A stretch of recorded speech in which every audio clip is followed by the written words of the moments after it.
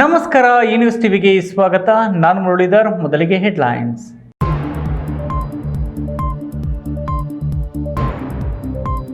ದತ್ತಿ ದಿನಾಚರಣೆ ಪ್ರಯುಕ್ತ 2148 ಯೂನಿಟ್ ಬ್ಲಡ್ ಸಂಗ್ರಹ. ಭಾರತೀಯ ಬುಕ್ ಆಫ್ ರೆಕಾರ್ಡ್ ಮತ್ತು ಕರ್ನಾಟಕ ಬುಕ್ ಆಫ್ ರೆಕಾರ್ಡ್ನಲ್ಲಿ ದಾಖಲೆ ಬರೆದ ಸಂಸ್ಥೆಗೆ ಎಲ್ಲೆಡೆಯಿಂದ ಶ್ಲಾಘನೆ. ದಾಯಾದಿಗಳ ನಡುವೆ ಜಮೀನು ವಿವಾದ. ಅಣ್ಣ ಮತ್ತು ಅಣ್ಣನ ಮಗನನ್ನ ಶೂಟೌಟ್ ಮಾಡಿ ಕೊಲೆಗೈದ ಸದ್ಯ ಚಿಕ್ಕಪ್ಪ. ಬೆಳ್ಳಂಬೆಳಗ್ಗೆ ಗುಂಡಿನ ಸದ್ದಿಗೆ ಬೆಚ್ಚಿ ಬಿದ್ದ ಗ್ರಾಮಸ್ಥರು. ಕರ್ಕಶ ಸದ್ದು ಮಾಡಿ ಶಬ್ದ ಮಾಲಿನ್ಯ ಮಾಡುತ್ತಿದ್ದ 152 ದ್ವಿಚಕ್ರ ವಾಹನಗಳಿಂದ ವಶಕ್ಕೆ ಪಡೆದಿದ್ದ ಬೈಕ್ ಸೈಲೆನ್ಸರ್ಗಳು. ಸಾರ್ವಜನಿಕರ ಎದುರೇ ಬುಲ್ಡೋಸರ್ನಿಂದ ನಾಶ. ಕಾರ್ಯಾಚರಣೆ ಮುಂದುವರಿಯಲಿದೆ ಎಂದ ಎಸ್ಪಿ ನಿಖಿಲ್. ಕೋಚಿಮುಲ್ ವಿಭಜನೆಗೆ ಸರ್ವ ಸದಸ್ಯರ ಸಭೆಯಲ್ಲಿ ಅಸ್ತು. ಇತಿಹಾಸ ಪುಟಗಳಲ್ಲಿ ದಾಖಲಿಸುವಂತಹ ಯೋಜನೆ ರೂಪಿಸಲಾಗಿದೆ. ಕೋಚಿಮುಲ್ ಅಧ್ಯಕ್ಷ ನಂಜೇಗೌಡ.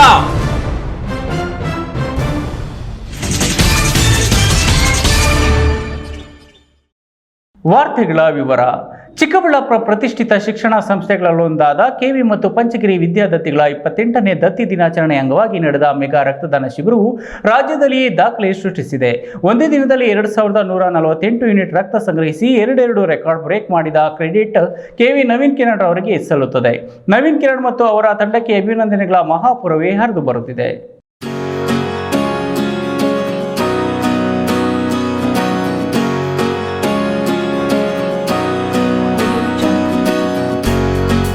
ಚಿಕ್ಕಬಳ್ಳಾಪುರ ಜಿಲ್ಲೆಯ ಪ್ರತಿಷ್ಠಿತ ಶಿಕ್ಷಣ ಸಂಸ್ಥೆಗಳಲ್ಲಿ ಒಂದಾದ ಕೆವಿ ಮತ್ತು ಪಂಚಗಿರಿ ಶಿಕ್ಷಣ ಸಂಸ್ಥೆಗಳ 28ನೇ ದತ್ತಿ ದಿನಾಚರಣೆ ಅಂಗವಾಗಿ ಇಂದು ಕೆವಿ ಕ್ಯಾಂಪಸ್ ಒಳಾಂಗಣ ಕ್ರೀಡಾಂಗಣದಲ್ಲಿ ನಡೆದ ಬೃಹತ್ ರಕ್ತದಾನ ಶಿಬಿರದಲ್ಲಿ 2148 ಯೂನಿಟ್ ರಕ್ತ ಸಂಗ್ರಹಿಸುವ ಮೂಲಕ ಭಾರತೀಯ ಬುಕ್ ಆಫ್ ರೆಕಾರ್ಡ್ ಮತ್ತು ಕರ್ನಾಟಕ ಬುಕ್ ಆಫ್ ರೆಕಾರ್ಡ್ನಲ್ಲಿ ತನ್ನ ಹೆಸರು ಅಚ್ಚೊತ್ತುವಂತೆ ಮಾಡಿದೆ.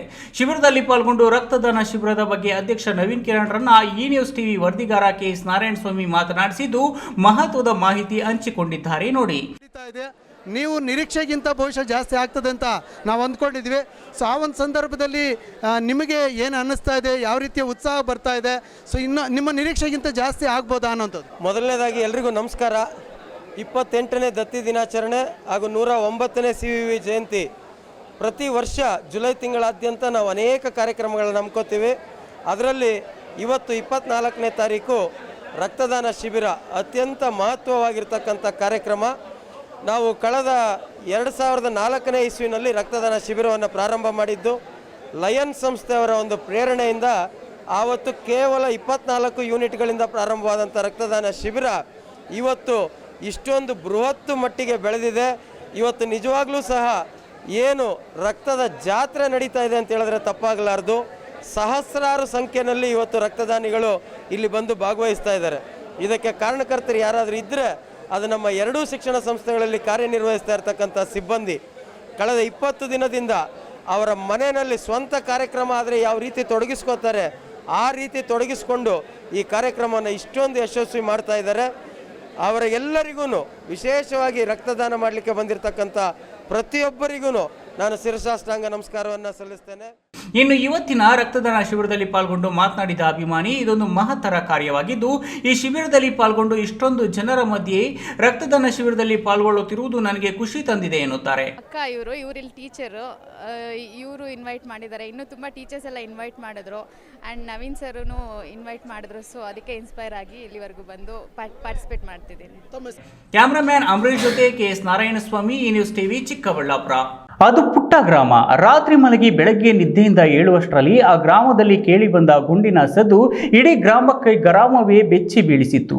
ಅರೆ ಏನಾಯಿತು ಎಂದು ನೋಡುವಷ್ಟರಲ್ಲಿ ರಕ್ತದ ಮಡುವಿನಲ್ಲಿ ವಿಲವಿಲ ಒದ್ದಾಡಿ ಮಗ ಪ್ರಾಣ ಬಿಟ್ಟರೆ, ಇತ್ತ ಆಸ್ಪತ್ರೆಯಲ್ಲಿ ಚಿಕಿತ್ಸೆ ಫಲಿಸದೆ ಇಳಿ ವಯಸ್ಸಿನ ತಂದೆ ಕೊನೆಯೆಸರು ಹೇಳ್ತಿದ್ದ. ಇಷ್ಟಕ್ಕೂ ಅಲ್ಲಿ ಏನಾಯಿತು ಅಂತೀರಾ? ಈ ಸ್ಟೋರಿ ನೋಡಿ.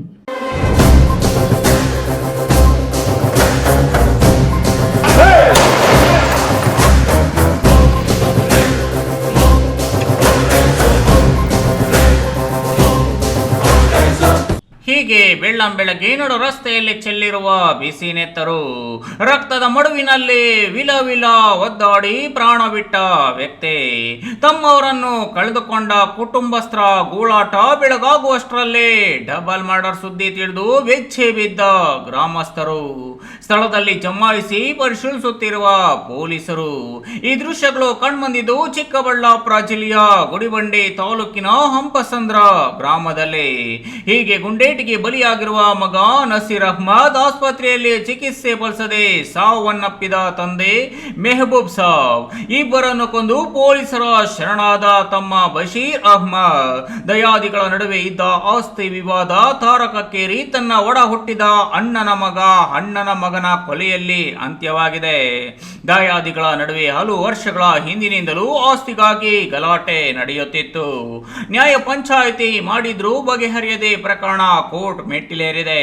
ಸೌದಿಯಲ್ಲಿ ಟೈಲರ್ ಕೆಲಸ ಮಾಡಿಕೊಂಡಿದ್ದ ಬಶೀರ್ ಅಹ್ಮದ್ ಇತ್ತೀಚೆಗಷ್ಟೇ ಗುಡಿಬಂಡೆಗೆ ಬಂದಿದ್ದ. ತನ್ನ ಪತ್ನಿ ಮಕ್ಕಳೊಂದಿಗೂ ಸಂಬಂಧ ಅಷ್ಟಕ್ಕಷ್ಟೇ. ಅದೇನಾಯಿತು ಏನೋ ಇಂದು ಬೆಳಗ್ಗೆ 5:30ಕ್ಕೆ ನಮಾಜ್ಗೆ ಹೋಗಲೆಂದು ಮನೆಯಿಂದ ಆಚೆ ಬಂದಿದ್ದ. ತನ್ನ ಅಣ್ಣನ ಮಗ ನಸೀರ್ ಅಹ್ಮದ್ ಹಾಗೂ ತನ್ನ ಅಣ್ಣ ಮೆಹಬೂಬ್ ಪಾಷಾ ಮೇಲೆ ಗುಂಡು ಹಾರಿಸಿ ಮಚ್ಚಿನಿಂದ ಕೊಚ್ಚಿ ಕೊಲೆ ಮಾಡಿ ಬಾಗೇಪಲ್ಲಿಯಲ್ಲಿ ಪೊಲೀಸರಿಗೆ ಶರಣಾಗಿದ್ದಾನೆ. ಅವರೊಬ್ಬರಿಗೂ ಅನ್ಯಾಯ ಮಾಡಿಲ್ಲ ಇವಾಗವರೆಗೂ. ಜಮೀನುಗಳೆಲ್ಲಾದ್ರೂ ಏನಾದರೂ ಆಗಲಿ, ಮೊದಲಿಂದ ಇದೇನಿತ್ತು ಏನೋ ಗೊತ್ತಿಲ್ಲ. ನಮಾಜ್ಗೆ ಹೋಗ್ತಾ ಇದ್ರೆ ಬೆಳಗ್ಗೆ ಎದ್ದು ಈ ಥರ ಘಟನೆ ಮಾಡಿದ್ದಾರೆ. ಏನ್ ಮಾಡಿದ್ದಾರೆ? ಕಠಿಣ ಶಿಕ್ಷೆ ಹಾಕ್ಬೇಕು ಅವ್ರಿಗೆ. ಮುಂಚೆ ಏನೋ ಗಲಾಟೆ ಮಾಡಿದ್ರ ಈ ತರ? ಮೊದಲೇ ನಮ್ಮ ಮದುವೆ ಆಗಿರೋ ಮುಂಚೆ ಏನೋ ಗಲಾಟೆ ಮನೆ ಕಟ್ಟವಾಗ ಆಗಿತ್ತಂತೆ. ಅದ್ರಲ್ಲಿ ಯಾರ್ಯಾರು ಶಾಮೀಲ್ ಇದಾರಂತ ನಮ್ಗೆ ಗೊತ್ತಾಗಬೇಕು. ಈ ಘಟನೆಯಲ್ಲಿ ಯಾರ್ಯಾರು ಶಾಮೀಲ್ ಇದ್ದಾರೆ ಏನು ಅಂತ. ಮೊದಲೇ ಆಗಿದೆ, ಗಲಾಟೆಗಳಾಗಿದೆ. ಇನ್ನು ಅಣ್ಣನ ಮಗ ನಸೀರ್ ಅಹ್ಮದ್ ಸ್ಥಳದಲ್ಲೇ ಸಾವನ್ನಪ್ಪಿದ್ರೆ, ಇತ್ತ ಮಚ್ಚೇಟಿಗೆ ಸಿಕ್ಕಿ ಗಂಭೀರ ಗಾಯವಾಗಿದ್ದ 75 ವರ್ಷ ವಯಸ್ಸಿನ ವೃದ್ಧ ಮೆಹಬೂಬ್ ಪಾಷಾ ಚಿಕಿತ್ಸೆ ಫಲಕಾರಿಯಾಗದೆ ಬೆಂಗಳೂರಿನ ನಿಮಾನ್ಸ್ ಆಸ್ಪತ್ರೆಯಲ್ಲಿ ಕೊನೆಯುಸಿರು ಎಳೆದಿದ್ದಾನೆ. ಸ್ಥಳಕ್ಕೆ ಭೇಟಿ ಕೊಟ್ಟ ಚಿಕ್ಕಬಳ್ಳಾಪುರ ಜಿಲ್ಲಾ ವರಿಷ್ಠಾಧಿಕಾರಿ ಕುಶಾಲ್ ಚೌಕ್ಸಿ ಭೇಟಿ ನೀಡಿ ಪರಿಶೀಲನೆ ನಡೆಸಿದ್ದು, ಗುಡಿಬಂಡೆ ಪೊಲೀಸ್ ಠಾಣೆಯಲ್ಲಿ ಪ್ರಕರಣ ದಾಖಲಾಗಿದೆ. ಈ ಹಂಸಂದ್ರ ವಿಲೇಜ್ ಅಲ್ಲಿ Mehboob Sab around 90 years age ಇದೆ ಅವ್ರದ್ದು. ಅವರು ಟೋಟಲ್ 4 ಸಿಬ್ಲಿಂಗ್ಸ್ ಇದ್ದಾರೆ. ಸೊ ಅವ್ರದ್ದು ಯಂಗೆಸ್ಟ್ ಬ್ರದರ್ ಬಶೀರ್, ಅವ್ರದ್ದು ಏಜ್ ಅರೌಂಡ್ 65 ಇದೆ. ಮೆಹಬೂಬ್ ಸಾಬ್ದು ಏಜ್ ಅರೌಂಡ್ 90 ಇದೆ. ಮತ್ತು ಮೆಹಬೂಬ್ ಸಾಬ್ದು ಮಗ. ಸೊ ಇವ್ರದ್ದು ಎಲ್ಲ ಫ್ಯಾಮಿಲಿ ಡಿಸ್ಪ್ಯೂಟ್ ನಡ್ತಾ ಇದೆ ಮೊದಲಿಂದ. ಮತ್ತು ಜಮೀನ್ ಬಗ್ಗೆ ಕೂಡ ಪ್ರಾಪರ್ಟಿ ಡಿಸ್ಪ್ಯೂಟ್ ವಗೇರ ಕೂಡ ನಡ್ತಾ ಇದೆ. ಈ ವಿಚಾರ ಬಗ್ಗೆ ಈ ಅಣ್ಣನ ತಮ್ಮಂದು ಗಲಾಟೆ ಇದೆ, ಮತ್ತು ಫ್ಯಾಮ್ಲಿದು ಕೂಡ ಸರಿಯಾಗಿ ಥರ ರಿಲೇಷನ್ ಇಲ್ಲ. ಈ ವಿಚಾರ ಬಗ್ಗೆ ಇವತ್ತು ಬೆಳಿಗ್ಗೆ early morning around 5:30 Basheer first Naseer ಮೇಲೆ ಅಟ್ಯಾಕ್ ಮಾಡಿದ್ದಾರೆ. ಫೈರ್ ಮಾಡಿದ್ದಾರೆ ಆ್ಯಕ್ಚುಲಿ ಇಲ್ಲೀಗಲ್ ವೆಪನಿಂದ. ಅವರಿಗೆ ಒಂದು ಬುಲೆಟ್ ಇಂಜರಿ ಆಗಿದೆ, ಜೊತೆಗೆ ಮಚ್ಚುವಿಂದ ಅಟ್ಯಾಕ್ ಮಾಡಿದ್ದಾರೆ ಫೇಸ್ ಮೇಲೆ. ಸೊ ಆ ಇಂಜುರಿ ಆಗಿದೆ. ಅವರು ಆನ್ ದ ಸ್ಪಾಟ್ ಅವ್ರದ್ದು ಡೆತ್ ಆಗಿದೆ. ಜೊತೆಗೆ ಈ ಫೈರ್ ಆದಮೇಲೆ ಇವ್ರದ್ದು ಫಾದರ್ ನಸೀರ್ದು ಫಾದರ್ ಮೆಹಬೂಬ್ ಸಾಬ್ ಅವರು ಕೂಡ ಹೊರಗಡೆ ಬಂದಿದ್ದಾರೆ ಮನೆಯಿಂದ. ಸೊ ಅವ್ರಿಗೆ ಕೂಡ ಟ್ರೈ ಮಾಡಿದ್ದಾರೆ ಫೈರ್ ಮಾಡೋಕ್ಕೆ. ಮೇ ಬಿ ವೆಪನ್ ಫೈರ್ ಆಗಿಲ್ಲ. ಆಮೇಲೆ ಮಚ್ಚುವಿಂದ ಅವ್ರಿಗೆ ಅಟ್ಯಾಕ್ ಮಾಡಿದ್ದಾರೆ. ಅವ್ರಿಗೆ ಸೀರಿಯಸ್ ಇಂಜರಿ ಆಗಿದೆ. ಅವ್ರಿಗೆ ಈಗ ಬೆಂಗಳೂರು ಶಿಫ್ಟ್ ಮಾಡಿದ್ದೀವಿ. ಒಟ್ಟಾರೆ ದಾಯಾದಿಗಳ ನಡುವೆ ಇದ್ದ ಆಸ್ತಿ ಕಲಹಕ್ಕೆ ತಂದೆ ಮಗ ಕೊಲೆಯಾಗಿದ್ದು, ಇನ್ನು ಕೊಲೆ ಆರೋಪಿ ಬಶೀರ್ ಪಾಷಾನನ್ನು ವಶಕ್ಕೆ ಪಡೆದ ಪೊಲೀಸರು ವಿಚಾರಣೆ ನಡೆಸಿದ್ದಾರೆ. ಆರೋಪಿಗೆ ಇಲ್ಲಿಗಲ್ ಪಿಸ್ತೂಲ್ ಎಲ್ಲಿಂದ ಬಂತು, ಹೇಗೆ ಬಂತು ಎಂಬುದನ್ನು ಪೊಲೀಸರೇ ಬಾಯಿ ಬಿಡಿಸಬೇಕಿದೆ. ಮಂಜುನಾಥ್ ಬಿ, ಈ ನ್ಯೂಸ್ ಟಿವಿ, ಗುಡಿಬಂಡೆ. ಕರ್ಕಶ ಸದ್ದು ಮಾಡಿ ಶಬ್ದ ಮಾಲಿನ್ಯ ಮಾಡುತ್ತಿದ್ದ ಹಾಗೂ ಸಾರ್ವಜನಿಕರಿಗೆ ಕಿರಿಕಿರಿಯುಂಟು ಮಾಡುತ್ತಿದ್ದ ದ್ವಿಚಕ್ರ ವಾಹನಗಳಿಂದ ವಶಕ್ಕೆ ಪಡೆದಿದ್ದ ಬೈಕ್ ಸೈಲೆನ್ಸರ್ಗಳನ್ನು ಜಿಲ್ಲಾ ಪೊಲೀಸ್ ವರಿಷ್ಠಾಧಿಕಾರಿ ನಿಖಿಲ್ ನೇತೃತ್ವದಲ್ಲಿ ಕೋಲಾರ ನಗರದ ಅಮ್ಮವಾರಿಪೇಟೆ ಸರ್ಕಲ್ನಲ್ಲಿ ಬುಲ್ಡೋಸರ್ ಮೂಲಕ ನಾಶ ಪಡಿಸಿದರು.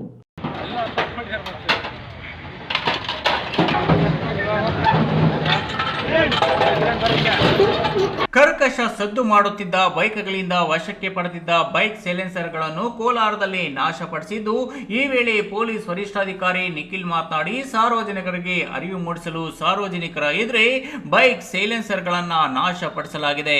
ಬೈಕ್ ಸೈಲೆನ್ಸರ್ಗಳ ವಿರುದ್ಧ ಕಳೆದ 4 ದಿನಗಳಿಂದ ಕೋಲಾರ ಜಿಲ್ಲೆಯ ಪೊಲೀಸರು ಕಾರ್ಯಾಚರಣೆ ನಡೆಸಿ ಸುಮಾರು 6,50,000 ಬೆಲೆ ಬಾಳುವ 152 ಕರ್ಕಶ ಶಬ್ದ ಮಾಡುತ್ತಿದ್ದ ಬೈಕ್ ಸೈಲೆನ್ಸರ್ಗಳನ್ನು ವಶಕ್ಕೆ ಪಡೆದು ನಾಶ ಮಾಡಿರುವುದಾಗಿ ತಿಳಿಸಿದ್ರಲ್ಲದೆ, ಈಗಾಗಲೇ ಹೈ ಬೀಮ್ LED ಬಲ್ಬ್ಗಳನ್ನು ಬಳಸುತ್ತಿದ್ದ 1,500 ವಾಹನಗಳಿಗೆ ದಂಡ ವಿಧಿಸಿದ್ದು, ಈ ಕಾರ್ಯಾಚರಣೆ ಮುಂದುವರಿಯುತ್ತದೆ ಎಂದು ತಿಳಿಸಿದ್ದಾರೆ. ಇನ್ನು ವೀಲಿಂಗ್ ಮಾಡುವವರ ಬಗ್ಗೆ ಲೊಕೇಶನ್ ವಿಡಿಯೋ ಕಳುಹಿಸಿದರೆ ಕ್ರಮ ಕೈಗೊಳ್ಳುವುದಾಗಿ ಹೇಳಿದರಲ್ಲದೆ, ನಗರದ ಸಿಗ್ನಲ್ಗಳಲ್ಲಿ ಅಳವಡಿಸಿರುವ ಸಿಸಿ ಕ್ಯಾಮೆರಾಗಳ ದುರಸ್ತಿಗೆ ಜಿಲ್ಲಾಧಿಕಾರಿಯೊಂದಿಗೆ ಮಾತನಾಡಿದ್ದು, ಆದಷ್ಟು ಬೇಗ ದುರಸ್ತಿ ಮಾಡಲಾಗುವುದು ಎಂದರು. ಈ ಸಂದರ್ಭದಲ್ಲಿ ಹೆಚ್ಚುವರಿ ಪೊಲೀಸ್ ಅಧೀಕ್ಷಕರು ರವಿಶಂಕರ್, ಡಿವೈಎಸ್ಪಿ ನಾಗ್ತೆ, ಪೊಲೀಸ್ ಇನ್ಸ್ಪೆಕ್ಟರ್ಗಳಾದ ಸದಾನಂದ್, ಅರುಣ್ ಪಾಟೀಲ್, ಹೇಮಂತ್ ಕುಮಾರ್, ವಸಂತ್, ಸುನಿಲ್ ಕುಮಾರ್ ಹಾಗೂ ಟ್ರಾಫಿಕ್ ಪೊಲೀಸ್ ಸಿಬ್ಬಂದಿ ಭಾಗವಹಿಸಿದ್ರು. ಜಿಲ್ಲಾ ಪೊಲೀಸ್ ವತಿಯಿಂದ ನಾವು ಒಂದು ವಿಶೇಷ ಕಾರ್ಯಾಚರಣೆಯನ್ನು ಹಮ್ಮಿಕೊಂಡಿದ್ದೀವಿ. ಕಳೆದ 4 ದಿನಗಳಿಂದ ಇಡೀ ಕೋಲಾರ ಜಿಲ್ಲೆಯಲ್ಲಿ ನಾವು ಈ ಕರ್ಕಶ ಸೈಲೆನ್ಸರ್ ಡ್ರೈವನ್ನು ಹಮ್ಮಿಕೊಂಡಿದ್ವಿ. ಈ ಒಂದು ಡ್ರೈವಲ್ಲಿ 4 ದಿನಗಳಲ್ಲಿ ನಮ್ಮ ಕೋಲಾರ ಸಬ್ ಡಿವಿಷನ್ ಮತ್ತು ಮುಳಬಾಗಿಲು ಸಬ್ ಡಿವಿಷನ್ 2 ಸೇರಿ ಟೋಟಲ್ 152 ಸೈಲೆನ್ಸರ್ಗಳನ್ನು ನಾವು ಸೀಸ್ ಮಾಡಿದ್ವಿ. ಇವೆಲ್ಲ ಅಬೌವ್ ಪರ್ಮಿಸಬಲ್ ಲಿಮಿಟ್, ಏನು ಡೆಸಿಬಲ್ ಲಿಮಿಟ್ ಇದೆ ಅದರ ಮೇಲ್ಗಡೆ ಯಾವ್ಯಾವ ಫಂಕ್ಷನಿಂಗ್ ಮಾಡ್ತಾ ಇತ್ತು ಅವನ್ನ ನಾವು ಸೀಸ್ ಮಾಡಿಕೊಂಡು ಪರ್ಮಿಷನ್ ತಗೊಂಡು ಇವಾಗ ಅದನ್ನು ಡಿಸ್ಟ್ರಾಯ್ ಮಾಡಿದ್ದೀವಿ ಒಂದು ರೋಡ್ ರೋಲರ್ ಮುಖಾಂತರ. Satish, news TV, Kolar. ಇದೀಗ ವಿರಾಮದ ನಂತರ ನ್ಯೂಸ್ ಟಿವಿ ಮುಂದುವರಿಯುತ್ತದೆ. ಈಗ ಒಂದು 4 ವರ್ಷದ ಕೆಳಗೆ ನನ್ನ ಗ್ಯಾಸ್ ಟ್ರಬಲ್ ಶುರು ಆಗಿತ್ತು. ಹೊಟ್ಟೆ ನೋವು, ಎದೆ ನೋವು, ಮಸಲ್ಸ್ ನೋವು ತಿಳ್ಕೊಳಕ್ 10 ಪರೀಕ್ಷೆಗಳು. ಒಂದಿನ ಟಿವಿ ನೋಡ್ತಾ ಇದ್ದೆ. ಹೊಟ್ಟೆಗೆ ಬರ್ತಕ್ಕಂಥ 180 ಸಮಸ್ಯೆಗಳಿಗೂ ರಾಮಬಾಣವಾಗಿ ಅಮೃತ ಬಿಂದು ಇದೆ. ನಾನು ಅಮೃತ ಬಿಂದು ತಗೊಳಕ್ ಶುರು ಮಾಡಿದಾಗಿಂದ ಆರಾಮಾಗಿದ್ದೀನಿ. ನನ್ನ ಕನಸು ಡಾಕ್ಟರ್ ಆಗೋದು. ಡಾಕ್ಟರ್ ಆಗೋದು ನನ್ನ ಕನಸು. ಮಗಳು ಡಾಕ್ಟರ್ ಆಗ್ಲಿ ಅನ್ನೋದು ನನ್ನ ಕನಸು. ಕನಸು ಎಲ್ಲರಿಗೂ ಇರುತ್ತದೆ. ಇಂಕ ಡಾಕ್ಟರ್ ಓಡ್ಪಂದು ಭಾರಿ ಆಸೆ ಉಂಡು. ಮೆಡಿಕಲ್ ಓದೋಣ ನಡ ಸ್ವಪ್ನ. ಮಾಕಾಸು ಚಿಕ್ಕ ಸಪನ ಡಾಕ್ಟರ್ ಜಾವ್ ಕಾಮೂಣ. ಕನಸು ಎಲ್ಲೆಲ್ಲೂ ಇರುತ್ತದೆ. ಮೆಡಿಕಲ್ ಓದುವುದು ನನ್ನ ಕನಸು. ನನ್ನ ಮಗನು ಡಾಕ್ಟರ್ ಆಗ್ಬೋದೇನ್ರಿ? ನನ್ನ ಕನಸು ಡಾಕ್ಟರ್ ಆಗೋದು. ಕನಸು ಎಲ್ಲರ ಹಕ್ಕು. ಆದರೆ ಕನಸು ನನಸಾಗಲು ಬೇಕು ನಂಬಿಕೆ, ಛಲ ಮತ್ತು ಪರಿಶ್ರಮ. Neat academy. ವಿರಾಮದ ನಂತರ ನ್ಯೂಸ್ ಟಿವಿಗೆ ಸ್ವಾಗತ. ಕೋಲಾರ ಚಿಕ್ಕಬಳ್ಳಾಪುರ ಸಹಕಾರ ಹಾಲು ಉತ್ಪಾದಕರ ಒಕ್ಕೂಟವನ್ನು ಕೋಲಾರ ಮತ್ತು ಚಿಕ್ಕಬಳ್ಳಾಪುರ ಒಕ್ಕೂಟಗಳಾಗಿ ವಿಭಜನೆಗೆ ಸರ್ವ ಸದಸ್ಯರು ಒಪ್ಪಿಗೆ ಸೂಚಿಸಿದ್ದಾರೆ ಎಂದು ಕೋಚಿಮೂಲ ಅಧ್ಯಕ್ಷ ನಂಜೇಗೌಡ ತಿಳಿಸಿದರು. ಬಾಗೇಪಲ್ಲಿ ಪಟ್ಟಣದ ಹೊರವಲಯದ ಸೂರ್ಯ ಕಲ್ಯಾಣ ಮಂಟಪದಲ್ಲಿ ಏರ್ಪಡಿಸಲಾಗಿದ್ದ ಕೋಚಿಮೂಲ್ ಸರ್ವ ಸದಸ್ಯರ ಸಭೆಯನ್ನು ಕೋಚಿಮೂಲ್ ಅಧ್ಯಕ್ಷ ನಂಜೇಗೌಡ ಉದ್ಘಾಟನೆ ಮಾಡಿ ಮಾತನಾಡಿ, ಇಂದಿನ ಸರ್ಕಾರವು ಕೋಚಿಮೂಲನ್ನು ವಿಭಜಿಸಿತ್ತು. ಆದರೆ ಸರಿಯಾದ ರೀತಿಯಲ್ಲಿ ವಿಭಜನೆ ಮಾಡದ ಹಿನ್ನೆಲೆಯಲ್ಲಿ ನ್ಯಾಯಾಲಯವು ತಡೆಯಾಜ್ಞೆ ನೀಡಿದ ಕಾರಣ ನ್ಯಾಯಾಲಯದ ಸೂಚನೆಯಂತೆ ಇಂದು ಸರ್ವ ಸದಸ್ಯರ ಸಭೆಯನ್ನು ಕರೆಯಲಾಗಿದ್ದು, ಎಲ್ಲರೂ ಸರ್ವಾನುಮತದಿಂದ ವಿಭಜನೆಗೆ ಒಪ್ಪಿಗೆ ಸೂಚಿಸಿದ್ದಾರೆ. ಇತಿಹಾಸ ಪುಟಗಳಲ್ಲಿ ದಾಖಲಿಸುವಂತಹ ಯೋಜನೆಗಳನ್ನು ರೂಪಿಸಲಾಗಿದೆ. ಆಡಳಿತ ಮಂಡಳಿಯ ಅಧಿಕಾರಾವಧಿಯಲ್ಲಿ ಸುಮಾರು 220 ಕೋಟಿ ಅನುದಾನದಲ್ಲಿ MV ಕೃಷ್ಣಪ್ಪ ಹೆಸರಿಗೆ ಮೆಗಾ ಡೇರಿ ಸ್ಥಾಪಿಸಲಾಗುತ್ತಿದೆ. ಹಾಗೆಯೇ ಸುಮಾರು 65 ಕೋಟಿ ವೆಚ್ಚದಲ್ಲಿ ಚಿಂತಾಮಣಿಯಲ್ಲಿ ಐಸ್ ಕ್ರೀಂ ಘಟಕದ ಕಾಮಗಾರಿ ಆರಂಭವಾಗಿದೆ. ಹಾಗೂ ಒಕ್ಕೂಟದ ವತಿಯಿಂದ ತಿಂಗಳಿಗೆ 2 ಕೋಟಿ ವಿದ್ಯುತ್ ಬಿಲ್ ಪಾವತಿ ಮಾಡುತ್ತಿದ್ದು, ಅದನ್ನು ಉಳಿಸಲು ಸೋಲಾರ್ ಪ್ಲಾಂಟ್ ಅನ್ನು ಸ್ಥಾಪಿಸಲಾಗಿದ್ದು, ಕೆಲವೇ ತಿಂಗಳಲ್ಲಿ 12 ಮೆಗಾವ್ಯಾಟ್ ವಿದ್ಯುತ್ ಉತ್ಪಾದನೆ ಮಾಡಲಾಗುತ್ತದೆ. ಹಾಗೆಯೇ ಚಿಕ್ಕಬಳ್ಳಾಪುರದಲ್ಲಿ 130 ಕೋಟಿ ವೆಚ್ಚದಲ್ಲಿ ಹಾಲಿನ ಪ್ಯಾಕಿಂಗ್ ಘಟಕ ಮಾಡಲಾಗುತ್ತಿದೆ ಎಂದು ನಂಜೇಗೌಡರವರು ತಿಳಿಸಿದರು. ನಾವು 1 ವರ್ಷದಲ್ಲಿ ತಗೊಂಡಂಥ ತೀರ್ಮಾನಗಳು ಇತಿಹಾಸ ಪುಟದಲ್ಲಿ ಶಾಶ್ವತ ಉಳ್ಕೊಂಡಂಥ ಯೋಜನೆಗಳನ್ನು ತಗೊಂಡಿದ್ದೀವಿ. ವಿಶೇಷವಾಗಿ ಚಿಕ್ಕಬಳ್ಳಾಪುರ ಜಿಲ್ಲೆಯಲ್ಲಿ ಮೊದಲು ಮೆಗಾ ಡೈರಿ ಅಂತ ಏನು ಮಾಡಿದ್ವಿ, ಅದಾದಮೇಲೆ ಕೋಲಾರಲ್ಲಿ ಸುಮಾರು 37-38 ವರ್ಷ ಬೆಂಗಳೂರಿಂದ ವಿಭಜನೆ ಆದಮೇಲೆ ಅಲ್ಲಿ ಹೊಸ ಡೈರಿ ಮಾಡೋದಕ್ಕೆ ಅವಕಾಶ ಸಿಕ್ಕಿರಲಿಲ್ಲ.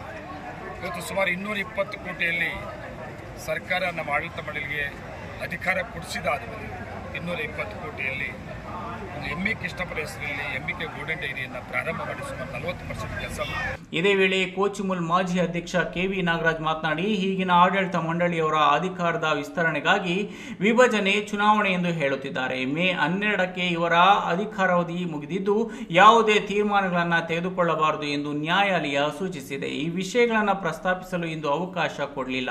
ಇವರಿಗೆ ಬೇಕಾದವರನ್ನು ಸಭೆಯಲ್ಲಿ ಕೂರಿಸಿ ಕೂಗುಗಳು ಹಾಕಿಸಿದ್ದಾರೆ.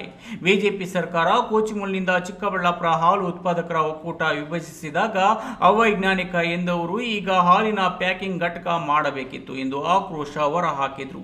ಚುನಾವಣೆ ಸಮಯದಲ್ಲಿ ಇವರಿಗೆ ಮೇ 12ಕ್ಕೆ ಇವರ ಅವಧಿ ಮುಗೀತದೆ.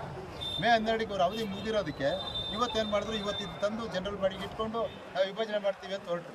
ಈ ವಿಭಜನೆ ಉದ್ದೇಶ ಏನಪ್ಪ ಅಂದರೆ ಅವರ ಅವಧಿಯನ್ನು ಮತ್ತೆ ವಿಸ್ತರಣೆ ಮಾಡ್ಕೊಳ್ಳೋದು, ಇನ್ನೂ 6 ತಿಂಗಳ ವರ್ಷನ ಮುಂದಕ್ಕೆ ಹಾಕ್ಕೊಂಡು ವಿಸ್ತರಣೆ ಮಾಡ್ಕೊಳ್ಳೋ ಅಂತ ಒಂದು ಹುನ್ನಾರ ನಡೆದಿದೆ. ಇದು ಎಲ್ಲೋ ಒಂದು ಕಡೆ ನಾವು ಅಲ್ಲಿ ಮಾತಾಡೋಕೆ ಹೋದಾಗ ನಮ್ಮನ್ನು ಮಾತಿಗೆ ಅವಕಾಶ ಇದ್ದರೆ ಪ್ರಜಾಪ್ರಭುತ್ವ ಒಂದು ಇದನ್ನು ತೊಂದರೆ ಮಾಡಿದ್ದಾರೆ. ಸಹಕಾರಿ ಕ್ಷೇತ್ರದಲ್ಲಿರ್ತಕ್ಕಂಥವ್ರು ಈ ರೀತಿ ಮಾಡಿದಾಗ ಎಲ್ಲೋ ಒಂದು ಕಡೆ ಸಹಕಾರಿಗಳಿಗೆ ಇದು ಒಂದು ನೋವಾಗಿದೆ. ಇವತ್ತು ವಿಭಜನೆ ಮಾಡಲಿಕ್ಕೆ ನಮ್ದು ಯಾರ್ದು ವಿರೋಧ ಇರಲಿಲ್ಲ. ಈ ಸಂದರ್ಭದಲ್ಲಿ ಕೋಚಿಮುಲ್ ನಿರ್ದೇಶಕರಾದ V Manjunath Reddy, Kantharaju, Bharani Venkatesh, Jayasimha, Krishnappa, KN Nagaraja, Ashwath Narayana, DV. Harish, N Hanumesh, PM Venkatesh, R Srinivas ಮತ್ತಿತರರು ಇದ್ದರು.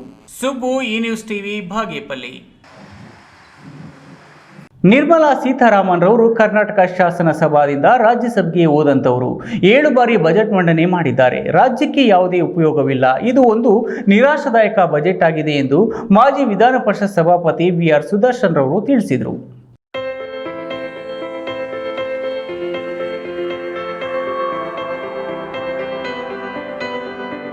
ಚಿಂತಾಮಣಿ ತಾಲೂಕು ಕುರ್ಟಹಳ್ಳಿ ಗ್ರಾಮದ ಪ್ರಗತಿಪರ ರೈತ ರಾಧಾಕೃಷ್ಣರವರು ತಮ್ಮ ತೋಟದಲ್ಲಿ ಊರ ಹಬ್ಬದ ಪ್ರಯುಕ್ತ ಹಮ್ಮಿಕೊಂಡಿದ್ದ ಭೋಜನ ಕೂಟದಲ್ಲಿ ವಿಧಾನ ಪರಿಷತ್ನ ಮಾಜಿ ಸಭಾಪತಿ ವಿ.ಆರ್. ಸುದರ್ಶನ್ ಭಾಗವಹಿಸಿದ್ದು, ನಂತರ ಸುದ್ದಿಗಾರರೊಂದಿಗೆ ಮಾತನಾಡಿದ ಅವರು, ಬಜೆಟ್ಗೂ ಮುನ್ನ ರಾಜ್ಯದ ಮುಖ್ಯಮಂತ್ರಿಗಳು ಮತ್ತು ಉಪಮುಖ್ಯಮಂತ್ರಿಗಳು ದೆಹಲಿಗೆ ತೆರಳಿ ನಿರ್ಮಲಾ ಸೀತಾರಾಮನ್ ಅವರನ್ನ ಭೇಟಿಯಾಗಿ ರಾಜ್ಯದ ಜನರ ಸ್ಥಿತಿಗತಿಗಳ ಬಗ್ಗೆ ವಿವರಿಸಿದರು.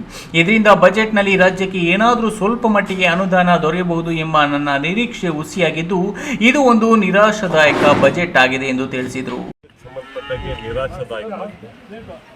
ಬಹಳ ಕರ್ನಾಟಕ ರಾಜ್ಯ ಬಹಳ ವಿಶೇಷವಾದಂಥ ಆಸಕ್ತಿಯಿಂದ ಗಮನ ಹರಿಸ್ತಾ ಇತ್ತು. ಯಾಕಂದರೆ ನಿರ್ಮಲಾ ಸೀತಾರಾಮನ್ ಅವರು ಕರ್ನಾಟಕದ ಶಾಸಕರಿಂದ ಅವರು ಆಯ್ಕೆಯಾಗಿ, ಶಾಸನ ಸಭೆಯಿಂದ ಆಯ್ಕೆಯಾಗಿ ಅವರು ರಾಜ್ಯಸಭೆಗೆ ಹೋಗಿದ್ದಾರೆ. ಹಾಗಾಗಿ ಕರ್ನಾಟಕದ ಸಮಸ್ಯೆಗಳ ಬಗ್ಗೆಯೂ ಕೂಡ ಅವರಿಗೆ ಮುಖ್ಯಮಂತ್ರಿಗಳು, ಉಪಮುಖ್ಯಮಂತ್ರಿಗಳು ಮನವರಿಕೆ ಮಾಡಿಕೊಡೋ ಪ್ರಯತ್ನವನ್ನು ಇತ್ತೀಚಿನ ದಿವಸಗಳಲ್ಲಿ ಡೆಲ್ಲಿ ಪ್ರವಾಸ ತಗೊಂಡಂಥ ಸಂದರ್ಭದಲ್ಲಿ ಅವರೆಲ್ಲರಿಗೂ ಕೂಡ ಮನವಿಯನ್ನು ಮಾಡಿಕೊಂಡಿದ್ದರು. ಪ್ರಧಾನಮಂತ್ರಿಗಳಿಗೆ, ಅರ್ಥ ಸಚಿವರಿಗೆ, ಗೃಹ ಸಚಿವರಿಗೆ ಅವರೆಲ್ಲರಿಗೂ ಕೂಡ ಮನವಿಯನ್ನು ಮಾಡಿಕೊಂಡಿದ್ದರು. ಆದರೆ ಕರ್ನಾಟಕಕ್ಕೆ ನಿರಾಶೆ ಆಗಿದೆ.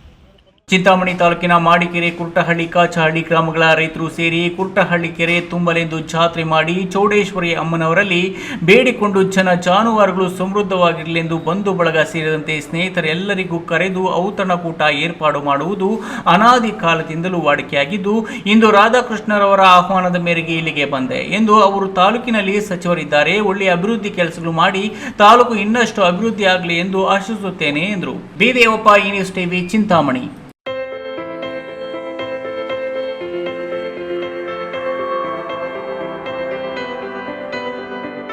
ಚೀನಾ ದೇಶದ ಚೆಂಗುವಿನಲ್ಲಿ ಆಗಸ್ಟ್ 22ರಿಂದ 26ರವರೆಗೆ ನಡೆಯಲಿರುವ 15 ವರ್ಷ ಒಳಗಿನ ಬಾಲಕರ ಏಷ್ಯನ್ ಬ್ಯಾಡ್ಮಿಂಟನ್ ಚಾಂಪಿಯನ್ಶಿಪ್ಗೆ ಗೌರಿಬಿದನೂರು ಮೂಲದ ಯುವ ಉದ್ಯಮಿ ಜಯಕೀರ್ತಿರವರ ಸುಪುತ್ರ ಮಾಸ್ಟರ್ ಸಾಯಿ ಪುಷ್ಕರ್ ಆಯ್ಕೆಯಾಗಿದ್ದಾರೆ.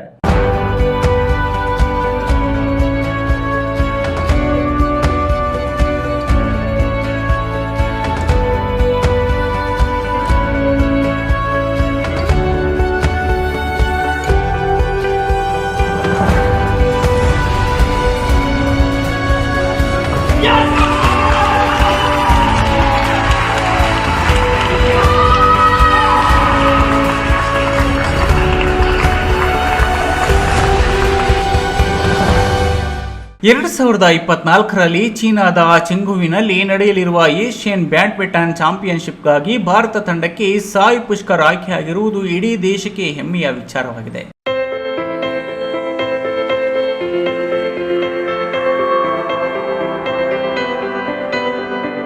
ಗೌರಿಬಿದನೂರು ತಾಲೂಕು ತೊಂಡಿಬಾವಿ ಹೋಬಳಿ ಪೋತಿನಹಳ್ಳಿಯ ಜಯರಾಮೇಗೌಡರ ಮೊಮ್ಮಗ ಯುವ ಕ್ರಿಯಾಶೀಲ ಉದ್ಯಮಿಯಾಗಿರುವ ಜಯಕೀರ್ತಿರವರ ಏಕೈಕ ಪುತ್ರ ಸಾಯಿ ಪುಷ್ಕರ್ ತಮ್ಮ ಶೈಕ್ಷಣಿಕ ಪ್ರಗತಿಯ ಜೊತೆಗೆ ಬ್ಯಾಡ್ಮಿಂಟನ್ ಕ್ರೀಡೆಯಲ್ಲಿ ಸಾಕಷ್ಟು ಆಸಕ್ತಿ ಹೊಂದಿದ್ದಾರೆ. ಈಗಾಗಲೇ ಅನೇಕ ಬಾರಿ ಭಾರತ ದೇಶವನ್ನು ಪ್ರತಿನಿಧಿಸಿ ವಿವಿಧೆಡೆಗಳಲ್ಲಿ ಬ್ಯಾಡ್ಮಿಂಟನ್ ಕ್ರೀಡಾ ಕ್ಷೇತ್ರದಲ್ಲಿ ಉತ್ತಮ ಸಾಧನೆ ಮಾಡಿದ್ದಾನೆ. ಚೀನಾ ದೇಶದಲ್ಲಿ ಆಗಸ್ಟ್ 22ರಿಂದ 26ರವರೆಗೆ ನಡೆಯಲಿರುವ 2024ರ ಏಷ್ಯನ್ ಬ್ಯಾಡ್ಮಿಂಟನ್ ಚಾಂಪಿಯನ್ಶಿಪ್ಗೆ ಭಾರತ ದೇಶದ ಸ್ಪರ್ಧಾಳುವನ್ನು ಆಯ್ಕೆ ಮಾಡಲು ಕಳೆದ 3 ದಿನಗಳಿಂದ ನಡೆದ ಬ್ಯಾಡ್ಮಿಂಟನ್ ಸ್ಪರ್ಧೆಯಲ್ಲಿ ಮಾಸ್ಟರ್ ಸಾಯಿ ಪುಷ್ಕರ್ ಅಸಾಧಾರಣ ಪ್ರದರ್ಶನ ನೀಡಿ ಭಾರತ ತಂಡದಲ್ಲಿ ಶನಿವಾರ ತಮ್ಮ ಸ್ಥಾನವನ್ನು ಗಳಿಸುವ ಮೂಲಕ ಇಡೀ ಭಾರತ ದೇಶದ ಕೀರ್ತಿಯನ್ನ ಮೆರೆಯುವ ಅವಕಾಶ ಪಡೆದಿದ್ದಾರೆ.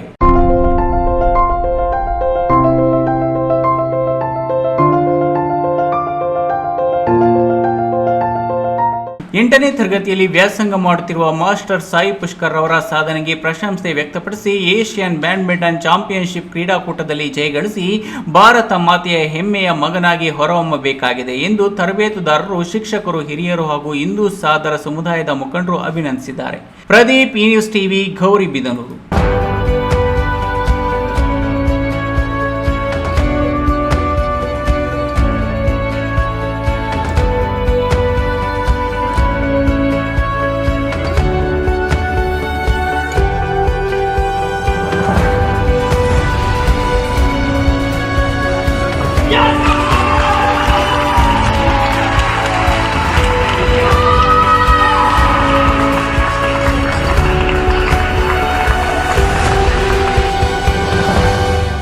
ಎರಡು 2016ರಲ್ಲಿ ಸಿಯಾಚಿನ್ ಹಿಮಪಾತದಲ್ಲಿ ಸಿಲುಕಿ ಹುತಾತ್ಮನಾಗಿದ್ದ ಯೋಧ ಸುಬೇದಾರ್ ನಾಗೇಶ್ ಕುಟುಂಬಕ್ಕೆ 1 ಲಕ್ಷ ರೂಪಾಯಿ ಆರ್ಥಿಕ ನೆರವು ನೀಡುವುದರ ಮೂಲಕ ಯುವಕರು ಮಾದರಿಯಾಗಿದ್ದಾರೆ.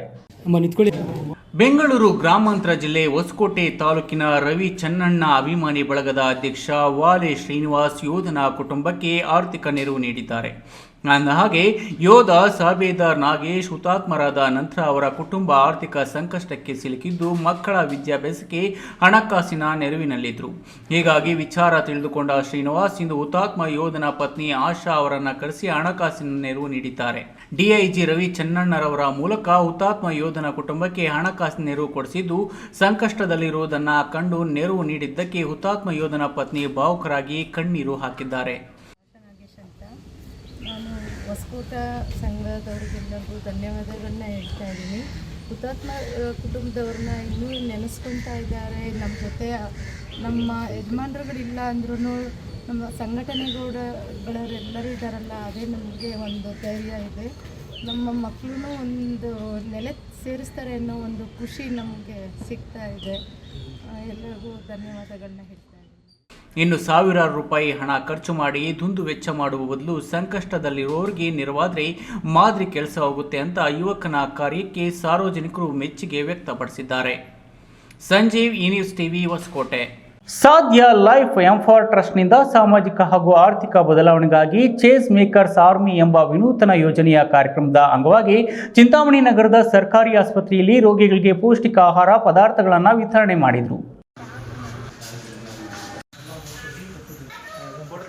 ಸಾಧ್ಯ ಲೈಫ್ ಎಂಫಾರ್ ಟ್ರಸ್ಟ್ ಸ್ವಯಂ ಸೇವಾ ಸಂಸ್ಥೆಯು ವಿಕಲಚೇತನ ವ್ಯಕ್ತಿಗಳಿಂದ ಕಾರ್ಯನಿರ್ವಹಿಸುತ್ತಿದ್ದು ಸುಮಾರು 13 ವರ್ಷಗಳಿಂದ ವಿಕಲಚೇತನರು, ಮಹಿಳೆಯರು ಹಾಗೂ ಯುವ ಮಾನವ ಸಂಪನ್ಮೂಲ ಅಭಿವೃದ್ಧಿಗಾಗಿ ಶಿಕ್ಷಣ, ಆರೋಗ್ಯ, ಸುರಕ್ಷತೆ, ವ್ಯಕ್ತಿತ್ವ ವಿಕಾಸ ಹಾಗೂ ಕೌಶಲ್ಯ ಅಭಿವೃದ್ಧಿಗಾಗಿ ತರಬೇತಿ ನೀಡಿ ಅನುತ್ಪಾದಕ ಶಕ್ತಿಗಳನ್ನು ಉತ್ಪಾದಕ ಶಕ್ತಿಗಳಾಗಿ ಪರಿವರ್ತಿಸುವ ನಿಟ್ಟಿನಲ್ಲಿ ಚಿಕ್ಕಬಳ್ಳಾಪುರ, ಕೋಲಾರ, ಬೆಂಗಳೂರು ನಗರ ಹಾಗೂ ಬೆಂಗಳೂರು ಗ್ರಾಮಾಂತರ ಜಿಲ್ಲೆಗಳಲ್ಲಿ ಕಾರ್ಯನಿರ್ವಹಿಸುತ್ತಿದೆ.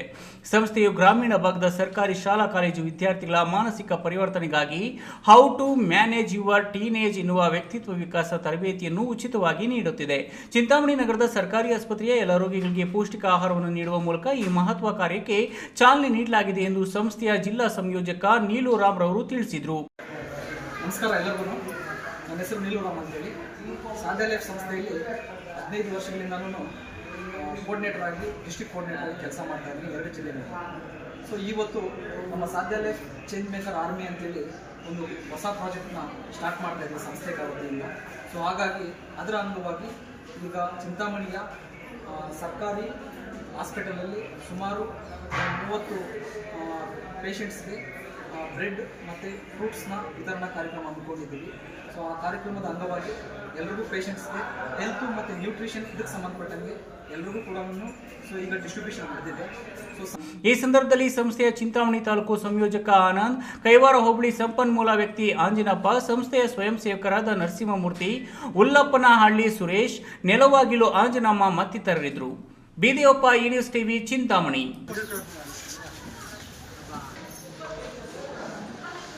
ಉತ್ತಮ ಮಳೆಯಾಗಿ ಉತ್ತಮ ಬೆಳೆಯಾಗಿ ಜನ ಸುಖ ಶಾಂತಿ ನೆಮ್ಮದಿಯಿಂದ ಬಾಳಲಿ ಎಂದು ಆಶಿಸಿ ಗ್ರಾಮ ದೇವತೆ ಚೌಡೇಶ್ವರಿ ಅಮ್ಮನವರ ಹಾದಿಯಾಗಿ 7 ಶಕ್ತಿ ದೇವತೆಗಳಿಗೆ ತಮ್ಮಿಟ್ಟಿನ ದೀಪೋತ್ಸವವನ್ನು ಗ್ರಾಮಸ್ಥರು ನಡೆಸಿದರು.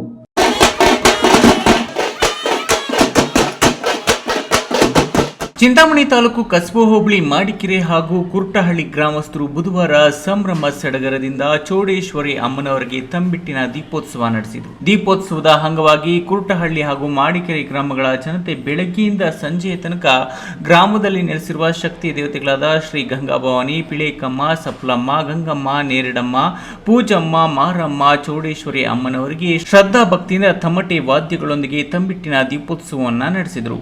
ಈ ವೇಳೆ 7 ದೇವರಿಗೆ ವಿಶೇಷ ಪೂಜೆ ಸಲ್ಲಿಸಿದ ನಿವಾಸಿಗಳು ಕೋಳಿ ಕುರಿಗಳನ್ನು ಬಲಿ ಕೊಟ್ಟು ತಮ್ಮ ದೇವತೆಗಳಲ್ಲಿ ತಮ್ಮ ಹರಿಕೆ ಸಲ್ಲಿಸಿದರು. ದೀಪೋತ್ಸವದ ಅಂಗವಾಗಿ ವಿಶೇಷ ಬಾಡೋಟದ ವ್ಯವಸ್ಥೆಯನ್ನು ಮಾಡಿ ತಮ್ಮ ನೆಂಟರು ಸ್ನೇಹಿತರ ಸಮ್ಮುಖದಲ್ಲಿ ಸವಿದರು. ಬೀದೇವಪ್ಪ, ಈ ನ್ಯೂಸ್ ಟಿವಿ, ಚಿಂತಾಮಣಿ.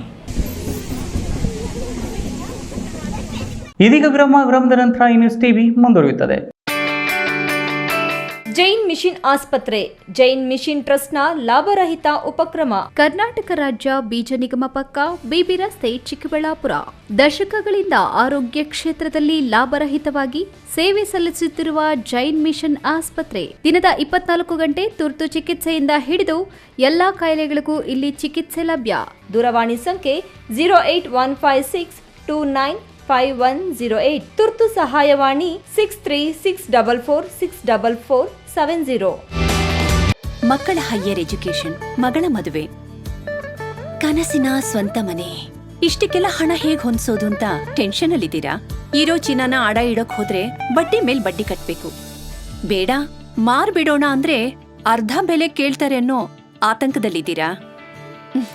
ಟೆನ್ಷನ್ ಬಿಡಿ, ಇಂದೇ ಹಿಂದೂಸ್ತಾನ್ ಗೋಲ್ಡ್ ಕಂಪನಿಗೆ ಬನ್ನಿ.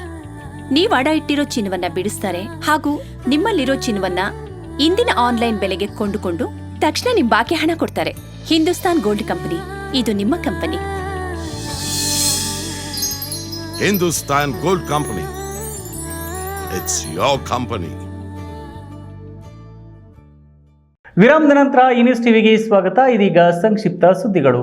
ಚಿಕ್ಕಬಳ್ಳಾಪುರ ಜಿಲ್ಲಾ ಬ್ರಾಹ್ಮಣರ ಮಹಾಸಭಾದಿಂದ ಜುಲೈ 28ರಂದು ಹರ್ಷೋದಯ ಕಲ್ಯಾಣ ಮಂಟಪದಲ್ಲಿ ಜಿಲ್ಲಾ ಬ್ರಾಹ್ಮಣ ಸಮ್ಮೇಳನ ಹಮ್ಮಿಕೊಳ್ಳಲಾಗಿದೆ. ಈ ಕುರಿತು ಪತ್ರಕರ್ತರ ಭವನದಲ್ಲಿ ಸುದ್ದಿಗೋಷ್ಠಿ ನಡೆಸಿದ ಜಿಲ್ಲಾಧ್ಯಕ್ಷ ನಾಗಭೂಷಣ್ ರಾವ್, ರಾಜ್ಯದ ಬ್ರಾಹ್ಮಣರನ್ನು ಪ್ರತಿನಿಧಿಸುವ ಏಕೈಕ ಅಖಿಲ ಕರ್ನಾಟಕ ಬ್ರಾಹ್ಮಣರ ಮಹಾಸಭಾ ಹಮ್ಮಿಕೊಂಡಿರುವ ಸಮ್ಮೇಳನಕ್ಕೆ ಆರೋಗ್ಯ ಸಚಿವ ದಿನೇಶ್ ಗುಂಡೂರಾವ್, ಜಿಲ್ಲಾ ಉಸ್ತುವಾರಿ ಸಚಿವ ಡಾಕ್ಟರ್ ಎಂಸಿ ಸುಧಾಕರ್, ಸಂಸದ ಡಾಕ್ಟರ್ ಕೆ ಸುಧಾಕರ್ ಅನ್ನ ಆಹ್ವಾನಿಸಲಾಗಿದೆ. ಯುವ ವಿಪ್ರರಿಗೆ ಉದ್ಯೋಗಾವಕಾಶಗಳು ಹಾಗೂ ಸವಾಲು ಕುರಿತು ಕೈಗಾರಿಕಾ ತರಬೇತಿ ಜಂಟಿ ನಿರ್ದೇಶಕಿ ಸಾಧನಾ ಎ ಪೇಟೆ ಉಪನ್ಯಾಸ ನೀಡಲಿದ್ದಾರೆ. ಇದೇ ಸಮ್ಮೇಳನದಲ್ಲಿ ವಿಶಿಷ್ಟ ಸಾಧನೆಗೈದ ವಿಪ್ರ ಬಂಧುಗಳು, ಪ್ರತಿಭಾನ್ವಿತ ವಿದ್ಯಾರ್ಥಿಗಳಿಗೆ ಪ್ರತಿಭಾ ಪುರಸ್ಕಾರ, ಹಿರಿಯ ದಂಪತಿಗಳಿಗೆ ಗೌರವ ಸನ್ಮಾನ ಹಮ್ಮಿಕೊಳ್ಳಲಾಗಿದೆ ಎಂದು ವಿವರಿಸಿದರು. ಈ ವೇಳೆ ಜಿಲ್ಲಾ ಉಪಾಧ್ಯಕ್ಷ ಕೆಪಿ ನವಮೋಹನ್, ಮಾಜಿ ಜಿಲ್ಲಾಧ್ಯಕ್ಷ ಅಟ್ಟೂರ್ ವೆಂಕಟೇಶಯ್ಯ, ಗೌರವಾಧ್ಯಕ್ಷ ವೇಣುಗೋಪಾಲ್, ಚಿಕ್ಕಬಳ್ಳಾಪುರ ತಾಲೂಕು ಸಂಘದ ಅಧ್ಯಕ್ಷ ವೆಂಕಟೇಶ್ ಮೂರ್ತಿ ಮತ್ತಿತರರು ಇದ್ದರು. ಕನ್ನಡ ಸಾಹಿತ್ಯ ಪರಿಷತ್ತು ಜ್ಞಾನ ವಿಜ್ಞಾನ ಚಟುವಟಿಕೆಗಳಲ್ಲಿ ಸಕ್ರಿಯರಾಗಿ ಚಲನಚಿತ್ರಗಳ ಗಾಯಕಿಯೂ ಆಗಿರುವ ಚಿಕ್ಕಬಳ್ಳಾಪುರ ತಾಲೂಕು ಮಿಂಚೇನಹಳ್ಳಿ ಸರ್ಕಾರಿ ಕಿರಿಯ ಪ್ರಾಥಮಿಕ ಶಾಲೆಯ ಶಿಕ್ಷಕಿಯೂ ಆಗಿರುವ ಸುಶೀಲಮ್ಮನವರಿಗೆ ಭಾರತ್ ಸ್ಕೌಟ್ಸ್ ಮತ್ತು ಗೈಡ್ಸ್ ಸಂಸ್ಥೆ ರಾಜ್ಯ ಮಟ್ಟದ ಉತ್ತಮ ಶಿಕ್ಷಕಿ ಪ್ರಶಸ್ತಿ ನೀಡಿ ಗೌರವಿಸಿದೆ. ನಿನ್ನೆ ಬೆಂಗಳೂರು ಕೋಡಂಚಿ ಬಸಪ್ಪ ಭವನದಲ್ಲಿ ಆಯೋಜಿಸಿದ್ದ ರಾಜ್ಯ ಮತ್ತು ರಾಷ್ಟ್ರ ಪ್ರಶಸ್ತಿ ಪುರಸ್ಕೃತ ಶಿಕ್ಷಕರ ಕೇಂದ್ರ ಸಂಘದಿಂದ ಪ್ರಶಸ್ತಿ ನೀಡಿ ಗೌರವಿಸಲಾಗಿದೆ. ಈ ಸಮಾರಂಭದಲ್ಲಿ ಮಾಜಿ ಸಚಿವ ಎಚ್ಎಂ ರೇವಣ್ಣ, ಭಾರತ್ ಸ್ಕೌಟ್ಸ್ ರಾಜ್ಯ ಪ್ರಧಾನ ಆಯುಕ್ತರು ಪಿಜಿಆರ್ ಸಿಂಧಿಯಾ, ಸರ್ಕಾರಿ ನೌಕರರ ಸಂಘದ ರಾಜ್ಯಾಧ್ಯಕ್ಷ ಸಿಎಸ್ ಷಡಕ್ಷರಿ ಸಮ್ಮುಖದಲ್ಲಿ ಪುರಸ್ಕರಿಸಲಾಗಿದೆ. ರಾಜ್ಯ ಮತ್ತು ರಾಷ್ಟ್ರ ಪ್ರಶಸ್ತಿ ಪುರಸ್ಕೃತ ಆಯ್ಕೆ ಸಮಿತಿಯ ಚಿಕ್ಕಬಳ್ಳಾಪುರ ಜಿಲ್ಲಾ ಘಟಕದ ಅಧ್ಯಕ್ಷ ಕೆಎ ಶಾಮಣ್ಣ, ಉತ್ತಮ ಶಿಕ್ಷಕರಿಗೆ ಪ್ರೋತ್ಸಾಹ ನೀಡುವ ಉದ್ದೇಶದಿಂದ ಶಿಕ್ಷಕಿ ಸುಶೀಲಮ್ಮನವರ ಉತ್ತಮ ಸೇವೆಯನ್ನು ಪರಿಗಣಿಸಿ ಈ ಪ್ರಶಸ್ತಿಯನ್ನು ನೀಡಲಾಗಿದೆ ಎಂದು ಸುಶೀಲಮ್ಮನವರ ಕ್ರಿಯಾಶೀಲ ಚಟುವಟಿಕೆಗಳನ್ನು ಶ್ಲಾಘಿಸಿದರು. ಕೊನೆಯದಾಗಿ ಮತ್ತೊಮ್ಮೆ